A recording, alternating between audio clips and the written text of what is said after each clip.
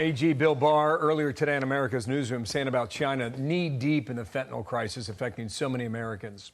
It has devastated communities across our country after a bombshell report reveals the CCP is financially supporting Chinese companies that produce and export materials to make it all. A Democrat Illinois Congressman, Raja Krishnamoorthi, is the ranking member of the House China Select Committee. Sir, thanks for being here. Good afternoon to you. Thank you. Thank you so much, Bill. What's our government going to do to protect its own people? I think we need to do at least two things. One is there's tens of thousands of Chinese chemical companies that are potentially doing legal business, but then they have a side hustle of exporting illicit fentanyl.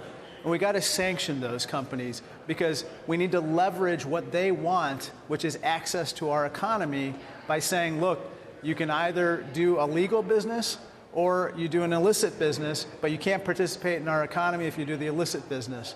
The second thing that we have to do is we absolutely have to clamp down on shipments of fentanyl directly from China to the United States, and that means closing certain loopholes in our kind of Customs and Border Patrol scrutiny process, where things that are under $800 in value don't get the scrutiny that things over $800 in value do.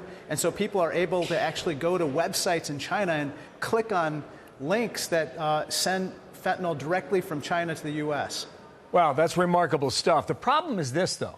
We know that China's been knee-deep in it, to borrow Bill Barr's words there. We know they've been involved in it for years. And we also know the border's been wide open for years. So why would the people in your district at home think that anything would change now? I think there has to be a sense of urgency now. You're absolutely right. We haven't done anything. We haven't done enough. I think now, if you were in that hearing room and you saw those victims' families and the searing pain that they're going through, we have no choice but to act right now. And thankfully, the Select Committee on the CCP has been stood up in a bipartisan fashion, and we're trying to tackle this in a bipartisan way. That report that Bill Barr cited was done with Democrats and Republicans working together to kind of dig deep and try to figure out what do we do next. And I feel good that we're going to actually move based on this report. Boy, I hope you're right about that. Here's one of the headlines. Biden and Xi agree to curb fentanyl production. I mentioned Bill Barr a moment ago. Here's a bit more about how he says you can't trust Mexico and you cannot trust China. The Chinese and the Mexicans give us happy talk. They're not cooperating. They're both complicit in the trafficking, in my opinion, and we have to start getting much tougher with them. And Janet Yellen was asked about this, and she said there's an there's an area of cooperation.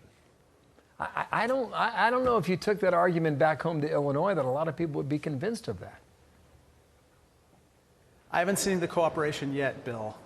When we, for instance, hand hundreds and hundreds of names of people who've been indicted in the U.S. for drug trafficking who live in the People's Republic of China, Chinese authorities don't prosecute them. When we point to the hundreds of websites that basically sell things like protonitazine, which is much deadlier than even fentanyl, and we point that out to the CCP and say, take this stuff down, they haven't done it yet.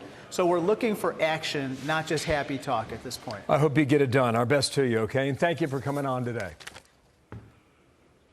Thank you, Bill.